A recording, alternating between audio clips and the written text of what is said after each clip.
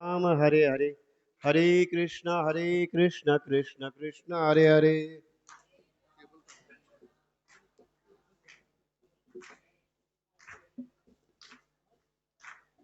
हरे राम राम राम हरे हरे, हरे कृष्ण कृष्ण कृष्ण हरे हरे।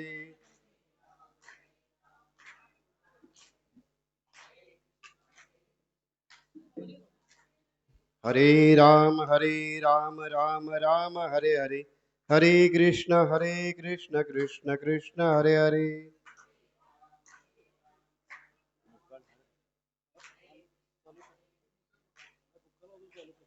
हरे राम राम हरे हरे, हरे कृष्ण कृष्ण कृष्ण हरे हरे। हरे राम राम राम हरे हरे, हरे कृष्ण कृष्ण कृष्ण हरे हरे।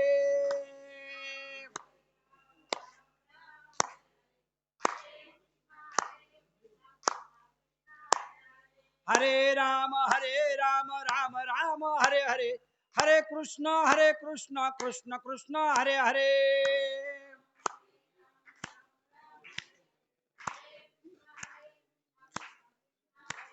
हरे राम राम राम हरे हरे, हरे कृष्ण कृष्ण कृष्ण हरे हरे।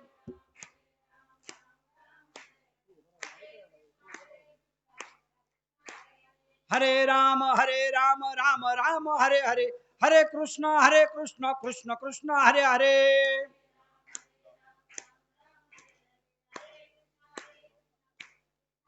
पुंडलीक वरदा हरी विठ्ठल श्री ज्ञानदेव तुकाराम, पंढरीनाथ भगवान की जय, माऊली ज्ञानेश्वर महाराज की जय, जगद्गुरु संत तुकाराम महाराज की जय। श्री विनायकं गुरुर्नमामि साखरे नाम विश्रुतम्, येषां चरण सानिध्यात् जीवा मुक्ता भवन्ति। साखरे वंश विख्यातं ज्ञानदान परायणम्, श्री विनायकं गुरुर्वन्दे भवबन्ध विमुक्तये। ज्ञान प्रताप विलसत वचनामृतंच, अद्वैत भाव पटुतामहित बुद्धी रहस्य, ज्ञानेश्वरस्तु भगवान अवतीर्ण एव।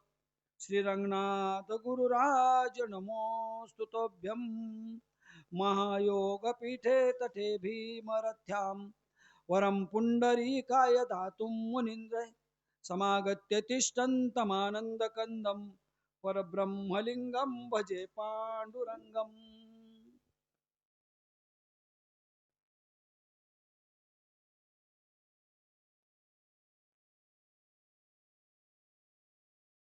या लागी आता स्तुती सांडोनी निवांता, चरणी ठेवी जे माथा हेची भली। ज्ञानी यांचे शिरोमणी, साधकांचे माईबाप, संसार शांतांची सावली, अनाथ जीवांची माऊली, संत श्रेष्ठ ज्ञानोबा माऊलींच्या या ओवीप्रमाणे हृदयस्थ श्रीगुरूंना, ज्ञानियाचे राजे संत श्रेष्ठ ज्ञानोबा माऊलींना आणि परब्रह्म स्वरूपातील भगवान श्री विष्णून भक्ताच्या काजासाठी या पुंडलिकपूर अर्थात पंढरपुरामध्ये 28 युगापासून त्यांचं संरक्षण करण्यासाठी उभा असणाऱ्या अनादि अनंत तरीही सगुण साकार झालेल्या पांडुरंगरायांच्या चरणी वंदन करून, सततम कीर्तयंतो माम यतंतस्य दृढव्रतः, नमस्यंतस्य माम भक्त्या नित्ययुक्ता उपासती। ऐसे माझे नाम घोषे, नाहीशी करती विश्वाची दुःखे, अवघे जगचे महासुखे दुमदुमीत भरली। ज्ञानोबा माऊलींच्या 9व्या अध्यायातील या ओवीचा आणि श्रीमद भगवद्गीतेतील या श्लोकाचा विचार करण्यापूर्वी आषाढी महाएकादशीच्या निमित्तानं आपण सर्वजण उपरीपासून पंढरपूर पर्यंत पांडुरंगरायाच्या आणि माऊली ज्ञानोबारायांच्या कृपेनं सुव्यवस्थित आलेला आहात. पांडुरंगाला प्रार्थना पहिल्यांदाच करतो, पांडुरंगा मला आणि यांना जसं इथं आणलंस तर गावापर्यंत सुखरूप पोहोचव आणि पुढच्या वर्षी परत यायला हातापायामध्ये बळ दे, एवढी पहिल्यांदा पांडुरंगाच्या चरणी प्रार्थना करून मग आपली ही जी सेवा आहे या सेवेला सुरुवात करू. हुपरीच्या दिंडीला जी प्रदीर्घ परंपरा लाभलेली आहे, या परंपरेचा खऱ्या अर्थानं वारसदार होण्याचं सद्भाग्य एक वारकरी म्हणून, एक सद्भक्त म्हणून, एक पायी वारीचा पायिक म्हणून तुम्हाला सगळ्याला लाभलेला आहे. आणि गेली अनेक वर्षे मी आपल्याला सांगतो, या जगामध्ये संत, महंत, योगी, साधू, मुनी, तपस्वी, महाराज, मठाधीश या सगळ्यांच्या पेक्षा जगात श्रेष्ठ कोण असेल तर तो वारकरी आहे. कारण वारकरी आणि पांडुरंग यांच्यामध्ये कुठलाही दुरावा नाही. बाकी सगळ्यांच्या मध्ये आणि पांडुरंगामध्ये दुरावा आहे. आणि इथं इथं पांडुरंगच वारकऱ्यांना म्हणतो, आषाढी कार्तिकी विसरू नका मज, सांगत असे गुज पंढरीराव. पंढरीराव म्हणतो बाबा वर्षभर विसरा, कारण तुमच्या पाठीमाग मुलं आहेत, संसार आहे, तुमच्या पाठीमाग सुखदुःख आहेत, पण किमान आषाढीला आणि कार्तिकीला मला विसरू नका. कारण मी आषाढी येईपर्यंत तुम्ही जशी आषाढीची वाट पाहता तशी मी तुमची वाट पाहतो, की कधी एकदा तुम्ही मला येऊन भेटता. आता तो प्रत्यक्ष भेटतो की नाही आज आपल्याला, याच्यापेक्षा तो आपल्याला त्याच्या स्वरूपाच्या स्थितीनं, तो ही जी आनंदमय अवस्था आहे त्याची, या आनंदमय अवस्थेच्या स्थितीनं तो आपल्याला भेटतो. म्हणून वारकरी होणं हे जपी तपी संत महंत होण्यापेक्षा सर्वश्रेष्ठ आणि भाग्यवंतांचं जे लक्षण आहे हे लक्षण मानल्या जातं. तसं पाहिलं तर वारीला ज्ञानेश्वर महाराजांचे पंजोबा भक्त त्र्यंबक पंत यांच्यापासूनची परंपरा आहे. भक्त त्र्यंबक पंत मूळ पुरुष आधी तयाची समाधी आपेगावी. आपेगावी आले देव ऋषीश्वर, उतरले भार वैष्णवांचे. म्हणजे ज्ञानोबा माऊलींच्या पूर्वी किमान 100 ते 150 वर्ष त्या अगोदर 8व्या शतकात, मी जो श्लोक सांगितला आपल्याला जगद्गुरु शंकराचार्यांचा, म्हणजे 8व्या शतकात 8 श्लोकातून जगद्गुरु शंकराचार्यांनी या महायोग पीठाचं आणि पांडुरंगरायाचं वर्णन केलं. याचा अर्थ वारी 8व्या शतकात ही होती. अगदी त्याच्यापूर्वी विचार केला तर कर्नाटकातला होयसळ साम्राज्य आहे, साम्राज्य, या होयसळ साम्राज्याचा उल्लेख जेव्हा निवांतपणे आपण दर्शनला जाल ना, आत तिथं गेल्यानंतर गरुड मंडपाच्या डाव्या बाजूला आणि पुढे भानदास महाराजांचं जे विश्रांती स्थळ आहे त्याच्यामध्ये आपल्याला कर्नाटकातील या राजानं पांडुरंगाला 6व्या शतकामध्ये जे केलेलं दान आहे या दानाचा उल्लेख आढळतो. म्हणूनच कदाचित माऊलीनं नंतर म्हटलं असावं, कानडा हो विठ्ठलू कर्नाटकू त्यांनी मज लावी याला वेदू. आता या अभंगाचा लक्षणार्थ वेगळा आहे, पण प्रादेशिक दृष्टीनं जर विचार केला तर 5व्या-6व्या शतकापासून वारीची जी परंपरा आहे या वारीच्या परंपरेचे संदर्भ सापडतात. आणि पंढरपुराचे काही विचारूच नका. नामदेव महाराज स्पष्टच म्हणतात की आधी रचिली पंढरी मग वैकुंठ नगरी.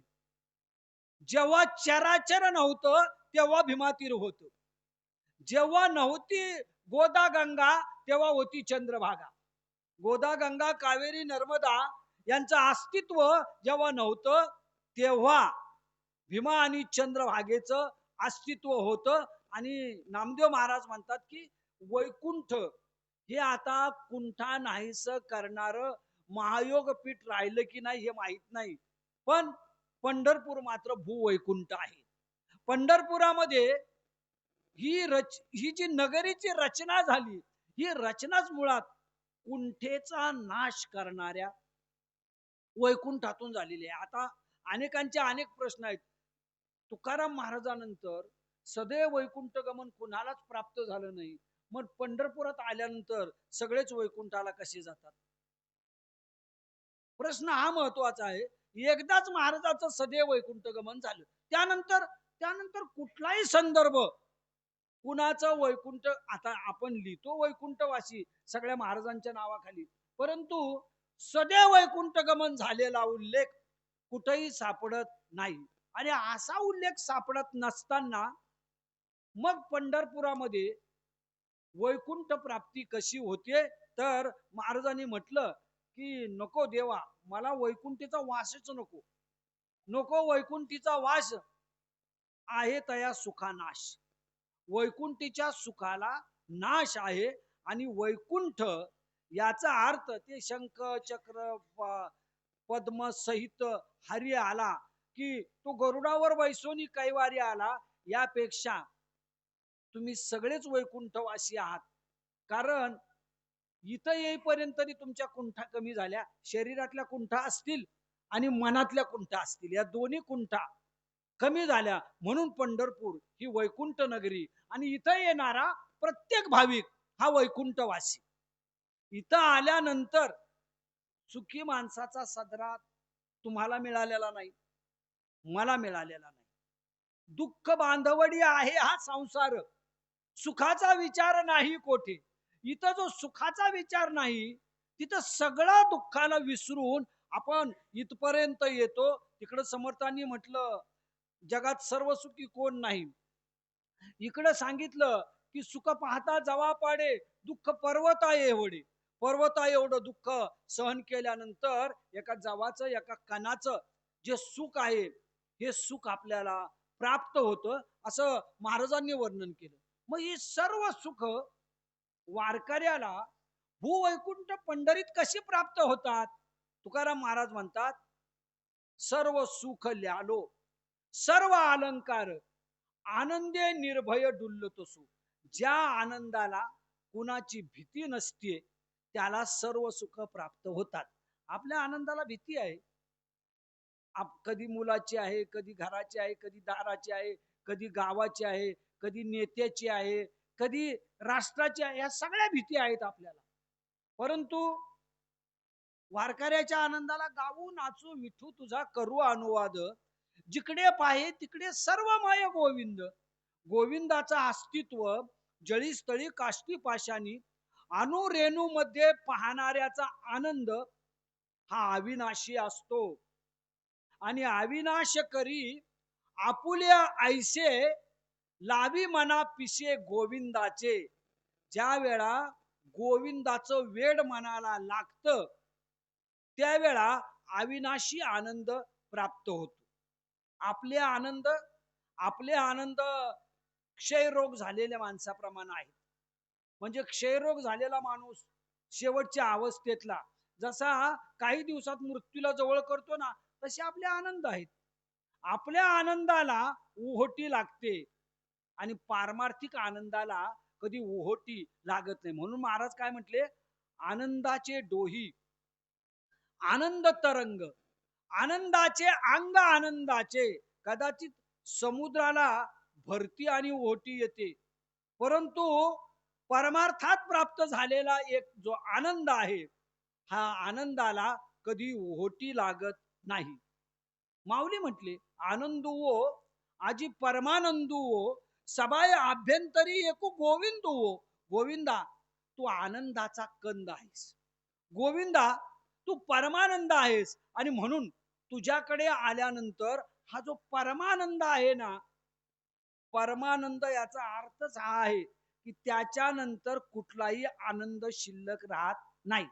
आपले आनंद परमानंद नाहीत. आपल्या आनंदानंतर शिल्लक हे एवढं झालंय, आता पुढचं होऊ दे. म्हणजे कालचा आनंद आज दुःख देतो, उद्याचा आनंद परवा दुःख देतो.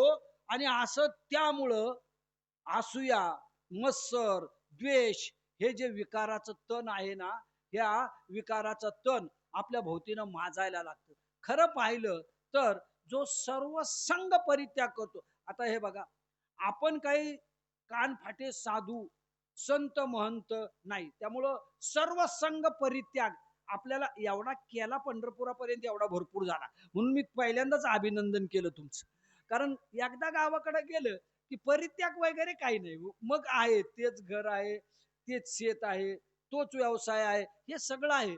संघाचा परित्याग जो आहे, हा संघाचा परित्याग जे ब्रह्मरूप अवस्थेला पोहोचलेले असतात त्यांना करता येतो. आपल्याला संघाचा परित्याग करता येत नाही.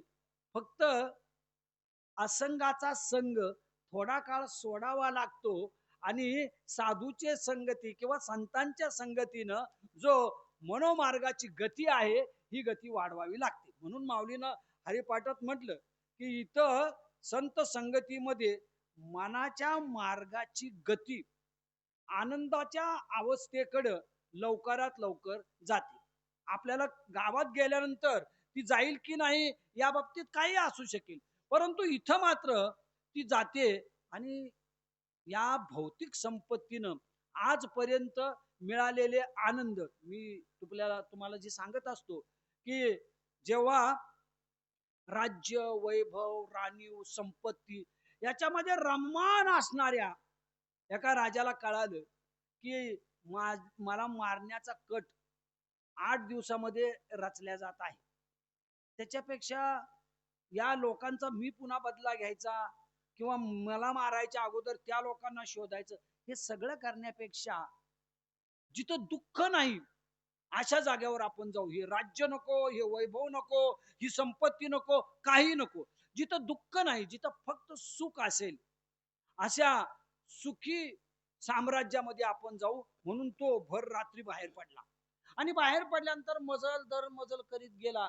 पण त्याला जाणवलं पंडिता भेटला त्याला वेगळीच दुःख आहे, संत भेटला त्याला वेगळीच दुःख आहे, आपल्यासारखा राजा भेटला. फक्त कसं आहे, बाटल्याचे प्रकार बदलले हो. आतलं द्रव्य तेच ना दुःखाचं. बाटली लहान झाली मोठी झाली पण आतल्या द्रव्याचं काय तसंच आहे. महाराज लोकांची दुःख वेगळी, राजकारण्यांची दुःख वेगळी, तुमच्या माझ्यासारख्या संसारिकाची दुःख वेगळी. फक्त बाटल्याच बदलल्यात. वेगळी दुःख वरून दिसायला कलर, आतलं रसायन हे सांगतं की दुःख बांधवडी. या दुःखाच्या मार्गक्रमणेमध्ये आपण आहोत. म्हणून त्यानं ठरवलं नाही, जिथं सर्व सुख आहेत तिथं आपण जायचं.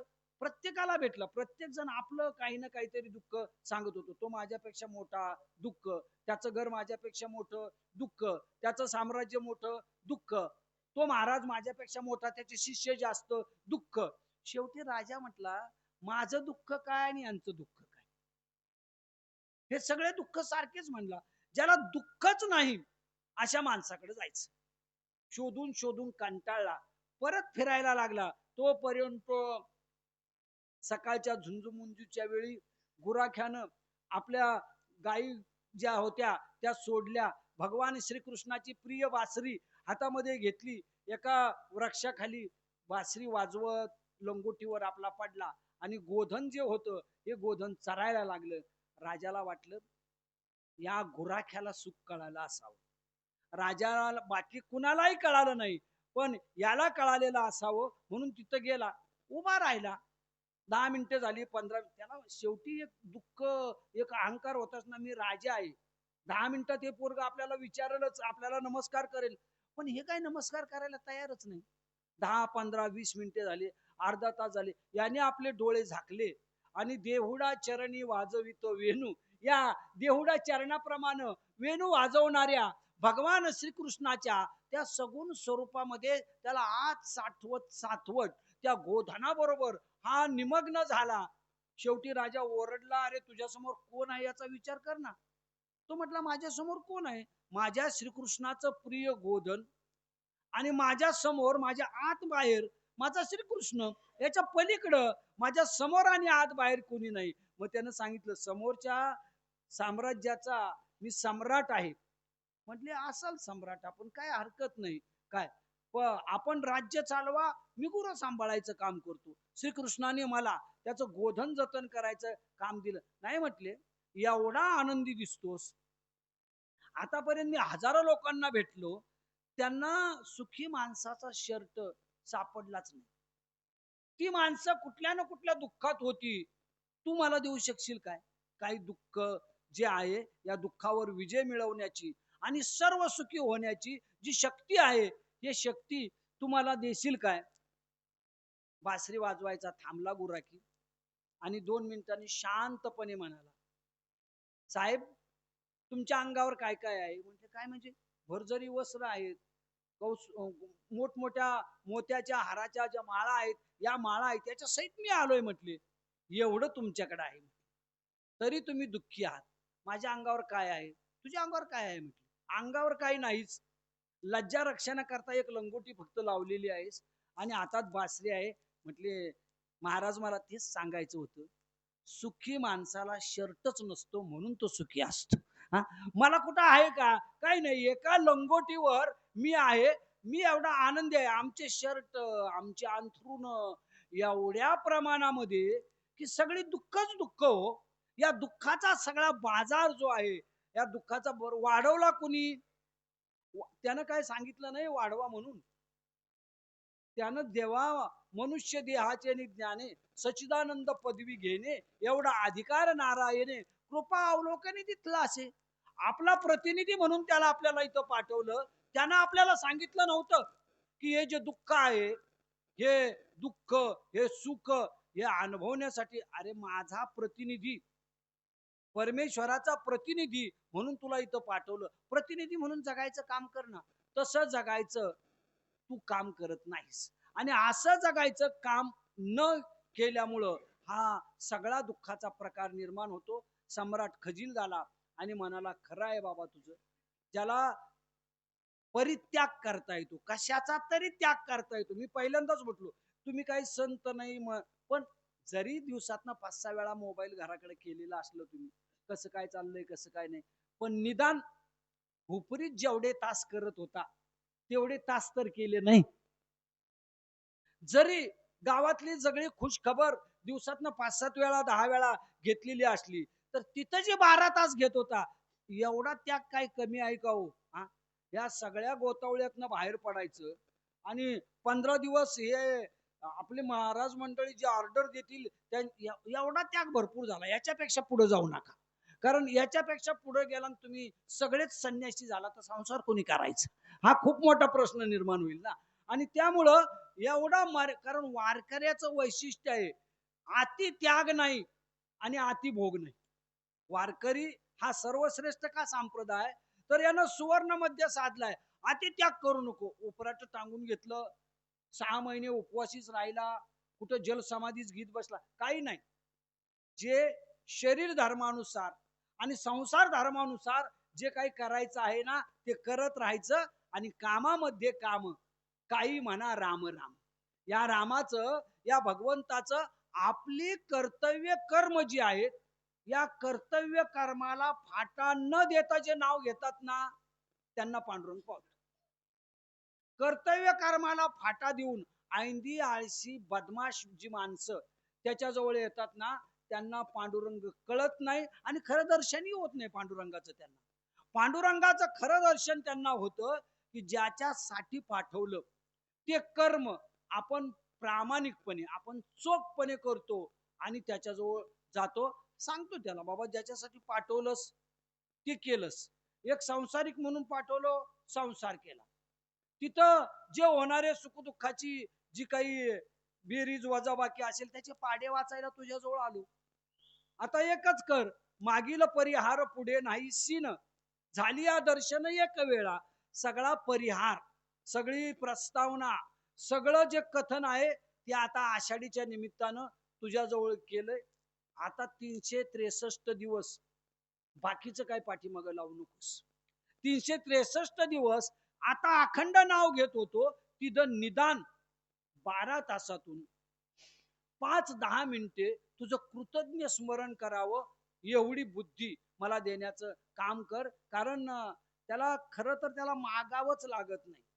न मागता पावणारा जगातला एकमेव देव जर कुठला असेल तर तो पांडुरंग आहे. मागायचं नाही आणि मागायचं झालं तर काय, मागणे ते एक तुझ प्रती आहे. हा? पांडुरंगा, दानच जर द्यायचं झालं तर काय कर, या संतासी निर्वी हेच मज देई, आणि का तुझे काही न मागू देवा. देवा, मी या संताच्या चरणावर लीन व्हावं एवढंच मला दे. बाकीचं कसं, बाकीचे पुजारी सांगतात मागा, आमच्या देवाकडं मागा. इथल्या पुजाऱ्याला तेवढा वेळ नसतो सांगायला मागा म्हणून. आणि आता आषाढीला तर अजिबातच नसतो. सरळ पांडुरंगच दिसत नाही, त्यामुळं यांनी मागा म्हणायचे. काही कधीतरी मध्ये आलो तर नाही, मागा नाही, न मागता. याला पंढरपूरचा विठोबा कधीही नवसोबा झालेला नाही, ही गोष्ट नेहमी लक्षात ठेवा. कारण हा नवसोबा नाही. म्हणून इथं कुठेही आणि ज्यांनी बोर्ड लावले असतील ते पंढरपुरातले बदमाश आहेत. नवसाला पावणारा विठोबा असा जर पंढरपुरात कुठं बोर्ड असेल तर तो या बदमाशांनी आपली दुकानं चालवण्यासाठी लावलेला आहे. कारण त्याला नवसच करावं लागत नाही तर पावायचा संबंधच काय आहे. हा? नवस नाही करायचा, बिन नवसाचा पाव घेऊ. बाकी बाकी सगळे आपण चांगल्या 33 कोटी देवामध्ये 99% देवावर वाचतो. नवसाला पावणारा खंडोबा, नवसाला पावणारा बिरोबा, नवसाला पावणारे अमुक देवी देवता. इथं इथं नवस नाही. एकच देवा, एकच नवस आहे तुला. आणि तो हा, की मी मागाशी म्हणालो तुम्हाला तसं, मला तुझ्या पायाजवळ येण्याची ताकद दे. मी या वाणीनं तुझं नाव घ्यावं, येणे मुखे तुझे वर्णी गुण नाम, हेची मज प्रेम देई देवा. डोळे भरून या पाहिन तुझे मुख, हेची मज सुख देई देवा. कान भरून या ऐकेन तुझी कीर्ती, हेची मज विश्रांती देई देवा. वाहे रंगी टाळी नाचे न उदास, हेची देई हातास पायास. बघा, पंच ज्ञान इंद्रियांना ज्ञानरूप कसं करायचं याच्या बाबतीत कुठली आध्यात्मिक पाठशाळा तुकाराम महाराजांनी काढली नाही. याच्या बाबतीमध्ये ते वेदांताचार्य वगैरे कुठली पदवी महाराजांनी लावली नाही. पण 4 सोपे मार्ग सांगितले. पहिला मार्ग सांगितला, देवा, वाचेन तुझं नाव घ्यावं एवढी या वाचेला ताकद दे. तुझं नाव, बर तुझं नाव कसं, कधी ठोबा म्हण, कधी विठोबा म्हण, काय कधी विठ्ठल विठ्ठल म्हण, काय म्हणायचं ते म्हण, उलट्या क्रमानं म्हण, सोयीचं क्रम. आणि तुझे डोळे असणारे ज्ञानोबा तुकोबा. जनाबाईनं म्हटलं, ज्ञानोबा तुकोबा संत नाहीत फक्त, ज्ञानोबा तुकोबा हे फक्त भागवत धर्माचे प्रचारक नाहीत, हे पांडुरंगाचे डोळे आहेत. पांडुरंगाचे हे 2 डोळे, ज्या डोळ्याच्या द्वारा हा भागवत धर्म या विश्वाला जी दिव्य दृष्टी आहे, ही दिव्य दृष्टी प्रदान करण्याचं काम करतो. आणि म्हणून जनाई म्हणते, संत पोशाखाचे नसतात, संत आकृतीचे नसतात, तर संत हे भगवंताचे डोळे असतात. जे भगवंताचे डोळे आहेत त्या डोळ्यांना, आणि पांडुरंगा एवढं वाणीमध्ये नाव तुझं यावं, एवढी वाणीला ताकद दे. काय वाचा करते आपली, याचा जर विचार केला ना, तर वाचेला पवित्र करण्यासाठी खूप सोपं काम आहे हो. वाचेला पवित्र करायचं झालं, पवित्र तो देह, वाणी पुण्यवंत, जो वदे अच्युत सर्व काळ, तो अच्युत, तो माधव, त्याला काही म्हणा, त्याचं नाव जो घेत राहतो त्याची वाणी आपोआप पुण्यवंत होती. पुण्यवंत होण्यासाठी त्याला बाकीचं काही करत नाही. तेव्हा एक काम करावं, वाणी पुण्यवंत राहू द्या गावाकडं. जोपर्यंत दिंडीत आहोत ना, तोपर्यंत हे बघा, तुमच्या गावात काय आणि माझ्या गावात काय, चिखलाशिवाय दुसरं काही असणार नाही. किती उकरलो तर तो जो चिखल आहे, तो चिखलच तुमच्या माझ्या हाताला लागणार आहे. हा चिखल चिवडीत बसण्यापेक्षा वारीच्या वाटेवर ज्याच्यासाठी आलो त्याचं नाव घेत यावं. माऊलीचा, तुकोबारायाचा सोहळा हा वैकुंठीचा आनंद देणारा सोहळा आहे. मग उपरीचा असं नसतं, गोड भाकरी डाव्या बाजूला कडू आहे आणि उजव्या बाजूलाच गोड आहे.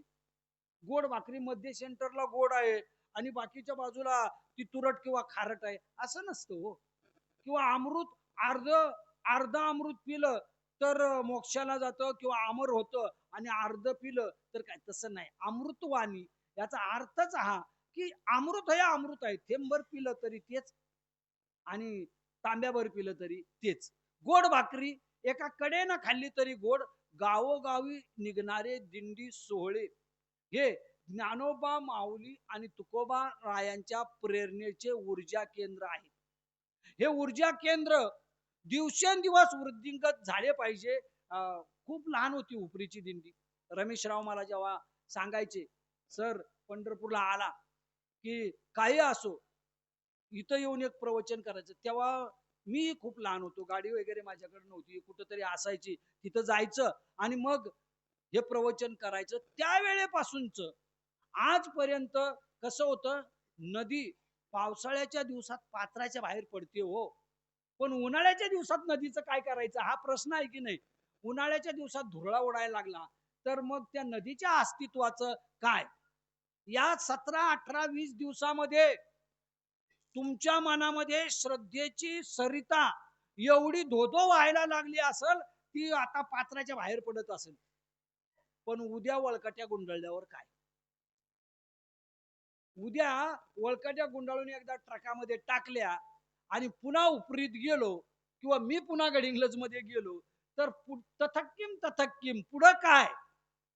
हा वारी आपल्याला एक प्रश्न निर्माण करते आपल्या समोर, पुढं काय.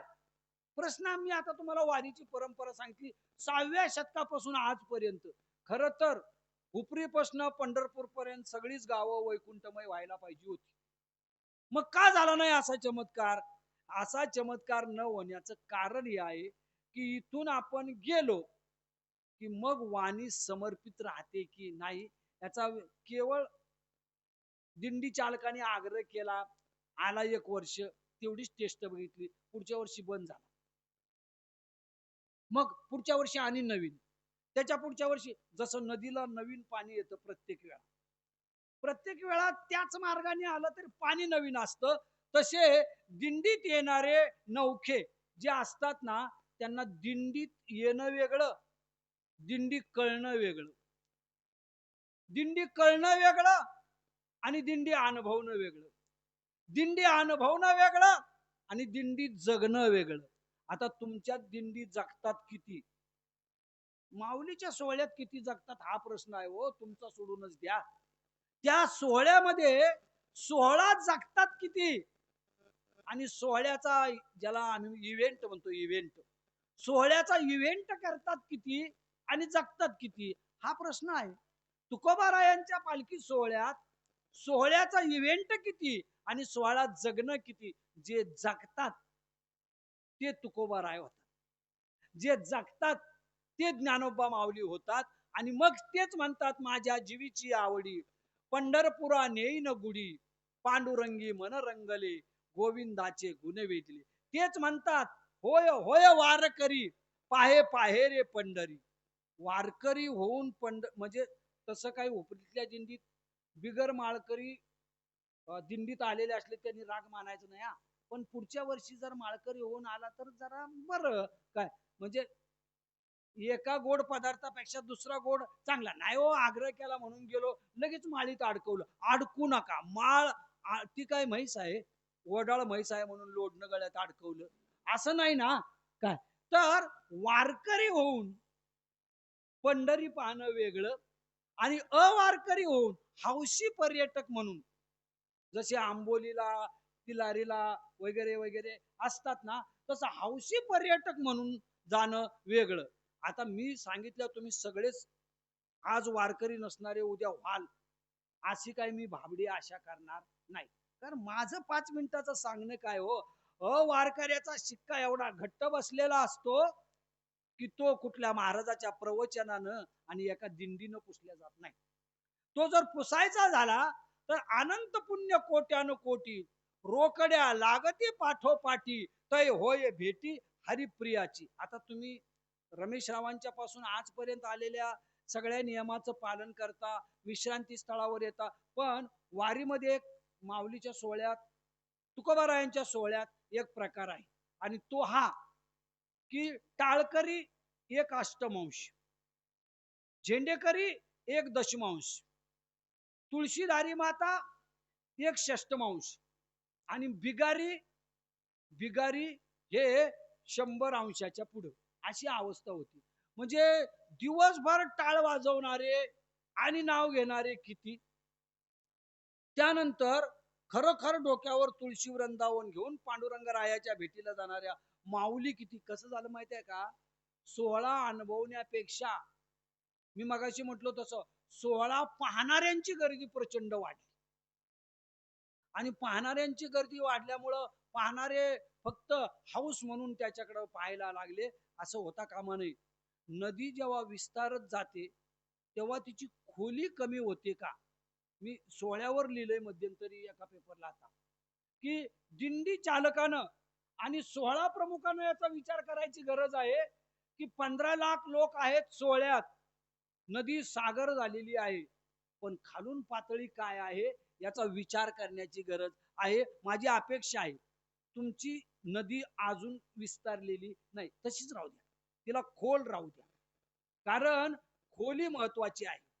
ही जी खोली आहे ही खोली कशाने प्राप्त होते. तुम्ही भजन कीर्तन नामस्मरण हे जे करता, तुम्ही नित्य नियमाचे जे अभंग म्हणता, आता हे बघा सगळ्यालाच ते शास्त्रीय पद्धतीने म्हणता येतील असं नाही.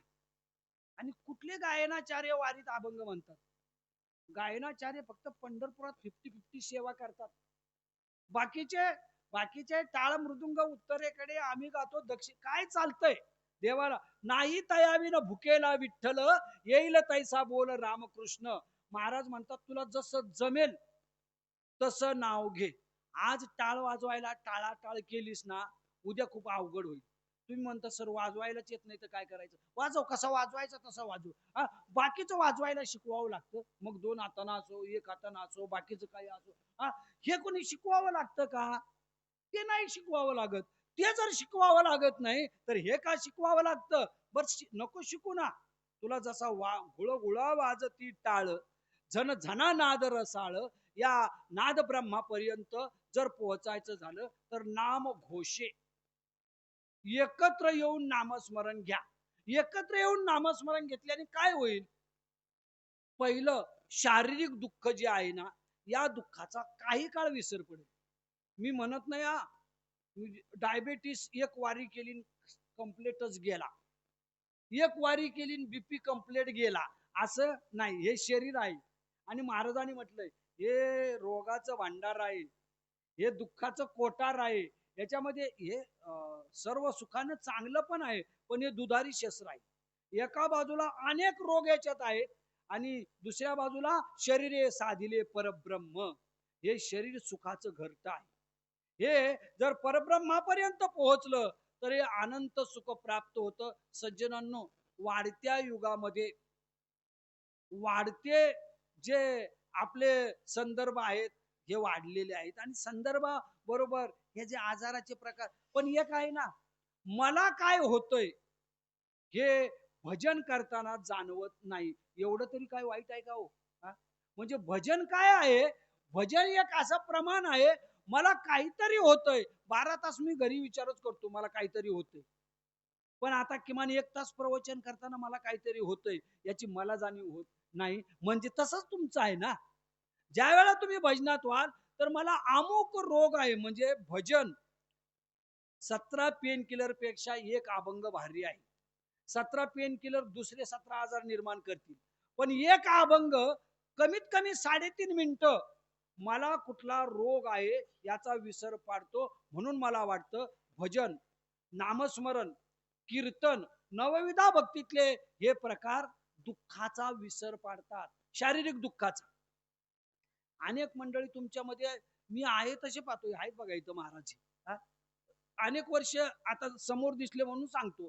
काय म्हणजे ऊन वारा थंडी पाऊस वय याचा परिणाम परिणाम होणारच हो. पण परिणाम जाणवू द्यायचा नाही, याला म्हणतात निष्ठावंत वारकरी. याचा परिणाम माझ्यावर होत नाही. शारीरिक दुःख कशाना न कशाना आपण जाणारच आहोत. कशानच नाही गेलो तर कोणतरी घालवणार आहे. एवढे माणसं काही शाने आहेत का इथली एवढ्या दिवस आपल्याला ठेवायला. आपण कशाला नाही गेलो तर कोणतरी घालवणार आहे. तेव्हा जाण्याच्या अगोदर एक करू, कशानं जाणार याचं चिंतन करण्यापेक्षा आपण कशात आहोत याचा विचार करू. आपण ज्याच्यात आहोत ना तो त्याची गती पाहावी. आपल्याला ती गती प्राप्त. आपण भजनात असलो सद्गती प्राप्त होते, आपण दिंडीत असलो सद्गती प्राप्त होते, आपण दुर्गुणात असलो दुर्गती प्राप्त होते. म्हणजे शारीरिक दुःख जे आहेत, या शारीरिक दुःखाचा काही काळ विसर पाडण्याचं काम भजन नामस्मरण करतं. विश्वाची, आणि हे सगळ्या विश्वाला आहे. दुसरा आहे आदिदैविक दुःख. वारकऱ्यांनो, वारी करायला लागल्यानंतर गावाच्या शिवावरचा वेताळबा लागला, म्हसोबा लागला, मर्याई लागली आणि घुमायला लागली, असं कधी होत नाही. वारी आदी दैविक दुःखावर विजय मिळवणार सर्वात प्रभावी औषध आहे. समजा तुम्हाला याचं प्रॅक्टिकल करायचं झालं, बाकीचे सगळे देव खूप त्रास देत असतील, नवस फेडलं नाही म्हणून त्रास दिला, बाकीचं केलं नाही म्हणून त्रास दिला, एकच काम करायचं, त्यांच्या समोर जसा जमल तसं, कधी मी म्हंटलो तसं विठोबा, कधी विठ्ठल, कधी पांडुरंगा, आता कंटाळलो बाबा ये लवकर, एवढं म्हणा.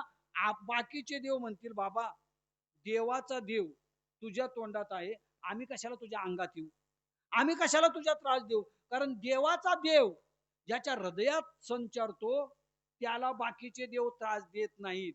म्हणून तुकाराम महाराज म्हणाले होते, विठू माऊलिये हाची वर देई, संचरोनी राही हृदया माझी. महाराज काय कितव्या यात ते शिकून कुठल्या विद्यापीठाचे पदवीधर झाले होते हे प्रश्न वेगळे, पण महाराज म्हणले नाही अंगा माझी. महाराज म्हणले विठू माऊली माझ्या हृदयात संचार कर, आणि एकदा माझ्या हृदयात संचार केला ना, तू जगात मला दिसायला लागशील. आपले देव खूपच हुशार आपल्यापेक्षा. आपले देव हृदयात संचार नाही करत, अंगात संचार करतात. आणि कुणाच्या अंगात करतात? ज्यांनी 8 दिवस आंघोळ केलेली नाही, ज्यांना साबण म्हणजे काय माहित नाही, ज्यांना केस कसे विंचरावेत कळत नाही. मला गंमत वाटते, या देवाला एवढ्या घाणेरड्या जागा आवडतातच कशा? साधा घरातला देवारा आपण मार्बल टाकतो, बाकीचं सगळं टाकतो, सकाळ संध्याकाळ सगळ्या घरात सुगंध पसरावा अशी उदबत्ती लावतो, हार घालतो. कशासाठी? वातावरण प्रसन्न व्हावं, आणि प्रसन्न वातावरणात देव प्रसन्न व्हावा याच्यासाठी. मग या देवाला एवढ्या घाणेरड्या जागा आवडतात कशा? अहो, घाणेरड्या लोकांजवळ देवच राहत नाही, देव त्यांच्या शिवेलाही जात नाही. फक्त हे म्हणून वारी हे नेनती काही टाना टोना, नामस्मरणा वाचोनी. वारकरी टाना करत नाही, वारकरी टोना करत नाही. त्यातल्या त्यात आपल्या कोल्हापूर जिल्ह्यात अलीकडे फेमस व्हायला लागलेली काळी जादू वारकरी करत नाही. मुळात वारकरी गोरा असतो, विठ्ठलाच्या भजनानं तो सावळा होतो, त्याच्यामुळं काळी जादू त्याला करावी लागत नाही. मुळात जादूच करत नाही तो. एका जादूगारानं त्याच्यावर कायमची जादू केल्यामुळं, त्याच्या नामाची मोहिनी त्याच्यावर पडल्यामुळं तो ती करत नाही. हे आदिदैविक दुःख, म्हणजे इतर देवता जे दुःख देतात ते या पांडुरंगाच्या नामस्मरणानं नाहीसं होतं. आणि सर्वात महत्वाची गोष्ट, या विश्वाच्या पाठीमागे लागलेलं आध्यात्मिक दुःख. मी कोण ऐसा करावा विचार, म्हणे ज्ञानेश्वर निवृत्तीचा. कुठून आलो मी, जाणार कुठे मी, मी गेल्यानंतर विश्वाची गती काय आणि माझी गती काय. किमान पक्षी मी गेल्यानंतर मला ज्या सत्सद भावनेनं आनंद प्राप्त होणार आहे, त्या आनंदामध्ये आपण सर्वांनी या नामघोषात निमग्न व्हायचं आहे. ऐशे माझेनी नामघोषे नाहीशी करती विश्वाची दुःखे.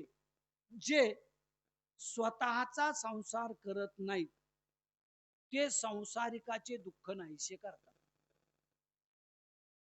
जे स्वतःच्या संसाराच्या सुखदुःखाचा विचार करतात त्यांना जगाचा संसार सुखी करता येत नाही. मी माऊलीनं आता मगाशी अभंग सांगितला, किती वर्ष संसार केलाच नाही हो, आणि तरी माऊली म्हणाली की आनंदाचे आवारू मांडू जगा. या जगात मी आनंदाचा आवार मांडण्याचं काम करेल आणि आनंदे भरीन तीही लोके. या त्रिभुवनाला मी आनंद देण्याचं काम करेल. सज्जनांनो, आपण आपले संसार सुरळीत करूया. आपल्याला जगाचे संसार सुखी करता येत नाही. जगाचे संसार सुखी करण्यासाठी एका विशिष्ट विभूतीचा जन्म व्हावा लागतो, अवतार व्हावा लागतो, जसा की ज्ञानोबा माऊलींचा झाला. जसा की तुकोबारायांचा जो अवतार आहे, हा अवतार झाला. त्यांनी अवघे जगची महासुखे दुमदुमीत भरली. महासुखाचा जो परमानंद आहे, तो परमानंद ज्ञानोबा माऊलीनं या विश्वाला दिला. फक्त वर भगवंताने सांगितलं, याच्यामध्ये सातत्य ठेवा. सततम कीर्तयंतो माम. तेव्हा या वर्षी वारीला आलेल्यांना शेवटच्या 5 मिनिटात विनंती आहे, वारीमध्ये सातत्य ठेवा. हे सातत्य जर नष्ट झालं ना, म्हणजे कसं आहे, 10वीच्या पोरानं फक्त 10च दिवस अभ्यास केला, पुढे पुस्तकाला हातच नाही लावला, तर अवघड होतं ना. त्यामुळं जसं त्याला अभ्यासप्य समर्थोशी यशाचं शिखर गाठायचं झालं, तर विद्यार्थ्याला अभ्यासाची गरज आहे. आणि वैकुंठाचं शिखर गाठायचं झालं, तर वारकऱ्याला सातत्याची गरज आहे. वारी हा एक अभ्यास योग आहे. आणि अभ्यास योग तुमच्या पावलाने तुम्ही आचरणात आणलेला आहे. पण दिंडी चालकाला मी विचारलं नाही, आता आल्यावर सुरू केलं आम्ही. नाहीतर गेल्या वर्षीतले किती कमी झाले, या वर्षी वाढले किती, ही मुलाखत नाही घेतली मी. मग कमी झाले किती आणि वाढले किती. आता या वर्षी वाढलेले पुढच्या वर्षी येणार का? त्याच्या पुढच्या वर्षी, अरे हा महासागर आहे, याच्यामध्ये दिवसेंदिवस वृद्धी व्हायला पाहिजे. आणि आहेत किंवा आपल्याला 350 दिवस करू नये ते करायला, कधीतरी खाऊ नये ते खायला, पिऊ नये ते प्यायला, बोलू नये ते बोलायला, बसू नये तिथं बसायला, दाखवू नये तो रस्ता दुसऱ्याला दाखवायला. 350 दिवस शिल्लक आहेत की बाकीचं. आता ते करणारे कधी इकडे येत नाहीत, सोडून द्या. काय हे जे मी म्हंटलो, ही पंचसूत्री त्यांच्याकडं नाही. या 350 दिवसात आपण काही करू, पण वारी नावाच्या अभ्यास योगात सातत्य असलं पाहिजे. आणि मगच हे सातत्य जेव्हा आचरणात येईल, तेव्हा या विश्वाला महासुख जे आहे, हे महासुख प्राप्त होईल. या महासुखाच्या निमित्तानं हे भौतिक गोष्टी दिंडी चालक हळूहळू कमी करतील. म्हणजे यावर्षी दाते मंगल कार्यालय आणि कुठल्या वर्षी कुठलं तरी कार्यालय होईल, हळूहळू होईल. तिथं घर आहे, इथं घर होईल सगळ्यांचं. हा हा. तिथं जसं प्रत्येकाचं घर आहे, तसं इथं जे सामुदायिक घर आहे, हे सामुदायिक घर पांडुरंगाची आणि ज्ञानोबा माऊलींची जर इच्छा असेल, तर ते सुद्धा होईल. फक्त तुमचं माझं सातत्य, सातत्य म्हणजे नेहमी नेहमी तेच करत राहणं. हे सातत्य वर्षातून एक वेळा आपल्याला या आषाढी वारीच्या निमित्तानं जतन करायचं आहे. हे सातत्य तुम्ही जतन करू शकाल. आता कसं असतं, माणसं रंगानं दोनच, काळे आणि गोरे. पण माणसं स्वभावानं, म्हणजे पहिले दिंडी चालक बाबा असे होते, आता अरे तो माणूस आहे. स्वभाव भिन्नता दिंडी चालवणाऱ्याच्या मध्ये असणार, तुमच्या माझ्यामध्ये असणार. या सगळ्यांना बरोबर घेऊन जी जाते ना, ती वारी असते. या सगळ्यांना बरोबर घेऊन जाण्यामध्ये सगळ्याच्या स्वभावातले दोष नष्ट करून निष्कंटक समाज निर्मिती करणं, निष्कलंक समाज निर्माण करणं, हे वारीचा उद्देश आहे. आणि या उद्देशापर्यंत आपण सगळ्यांनी पोहोचावं. आज काही काल्यापर्यंत राहतील, काही उद्या जातील. उद्या जाणाऱ्यांना विनंती आहे. आता बघा, यात्रा म्हटल्यानंतर पंढरपुरातले लोक वारीला जत्राच म्हणतात. शाने नाहीत ती एवढी, जरी भूवैकुंठ पंढरीत राहत असली. ही जत्रा नाही, ही यात्रा नाही. वारी वारकऱ्याची स्वतंत्र उत्पत्ती आहे. आणि या स्वतंत्र उत्पत्तीनं काय करायचं, या वारीत इथं आल्यानंतरचे काही नियम आहेत. त्या नियमाचं चंद्रभागे स्नान, विदितो हरिकथा, हरिकथेचं श्रवण करावं. ज्याला सांगता येते त्याने सांगावं, ज्याला सांगता येत नाही त्यानं ऐकावं. चंद्रभागेचं स्नान करावं, नगर प्रदक्षिणा करावी, आणि मग स्टॉलला व्हिजिट द्या. स्टॉलला व्हिजिट द्या सगळे. आता मी बघितलं, कोणी फुगे आणले, कोणी, आता मी पण आणायला जाणार आहे पोरांना वगैरे. हा, पण हे कधी स्टॉलला व्हिजिट, हे सगळं आपलं करायचं आणि मग स्टॉलला व्हिजिट देण्याचं काम जे आहे ना, हे करायचं. ही वारी आपल्या जीवनात जन्म मरणाची वारी सरण्याची ताकद देव, एवढी प्रार्थना पांडुरंगाच्या चरणी या निमित्तानं करतो. माऊलीनं म्हटलं, किंबहुना शरीरे, ही जी शरीर आहेत ही येती जाती, पण तैसे येण्याची शरीरे चिरा पडे. याच्यावर चिरा पडून हा सात्विक सुखाचा आनंद आपल्याला आषाढी वारीच्या निमित्तानं प्राप्त व्हावा ही पांडुरंगरायाच्या चरणी ज्ञानोबा माऊलींच्या चरणी प्रार्थना करतो. आणि माऊली या वारकऱ्यांना वारीचाच अखंड वैकुंठीचा आनंद गावी गेल्यानंतर माझ्या सहित सर्वांना प्राप्त होऊ दे एवढी प्रार्थना माऊलीच्या चरणी करून या प्रवचन सेवेचा उपसंहार करूया. पुंडलिक वरदा हरी विठ्ठल श्री ज्ञानदेव तुकाराम पंढरीनाथ भगवान की जय. माऊली ज्ञानेश्वर महाराज की जय. जगद्गुरु तुकाराम महाराज की जय. आता विश्वात्मके देवे येणे वागयज्ञ तोषावे तोषोनी मज द्यावे पसाय दानवे जे कळांची व्यंकटी सांडो तया सत्कर्मी रती वाढो भूता परस्परे पडो मैत्र जीवांचे दुरितांचे तिमिर जावो विश्व स्वधर्म सूर्य पाहो जो जे वांछिल तो ते लाभो प्राणी जात वर्षत सकळ मंगळी ईश्वर निष्ठांची मांदी आळी अनवर्त भूमंडळी भेटतू भूता चला कल्पतरूचे आरव चेतना चिंतामणीचे गाव बोलते जे अर्णवा पिशांचे चंद्रमेजे आलांछन मार्तंड जे तापहीन ते सर्वाही सदा सज्जन सोयरे होतू किंबहुना सर्व सुखी पूर्ण होऊनी लोकी भजिजो आदि पुरुषी अखंडित आणि ग्रंथोपजीवे विशेष लोकीये द्रष्टा विजय होवावे जी ते तमने श्री विश्वेश्वरावो